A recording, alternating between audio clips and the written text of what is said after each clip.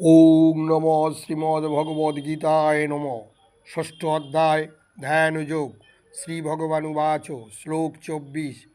স নিশ্চয়েন যোক্তব্যযোগ অনির্বিণ্ণ চেতসা সংকল্প প্রভবান কামান তক্তা সর্বানুমশেষত মনুষা এব ইন্দ্রিয় গ্রামম বিনিয়ম্য সমন্তত। অর্থাৎ পরমেশ্বর ভগবান শ্রীকৃষ্ণ বললেন, অবিচলিত অধ্যবসায় ও বিশ্বাস সহকারে এই যোগ অনুশীলন করা উচিত।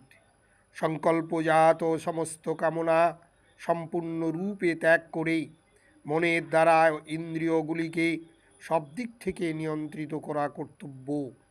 শ্লোক 25।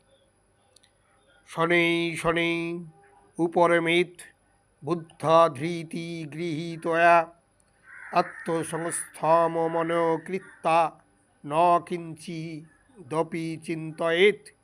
অর্থাৎ ভগবান বললেন, ধৈর্যযুক্ত বুদ্ধির দ্বারা মনকে ধীরে ধীরে আত্মাতে স্থির করে এবং অন্য কোনো কিছুই চিন্তা না করে সমাধি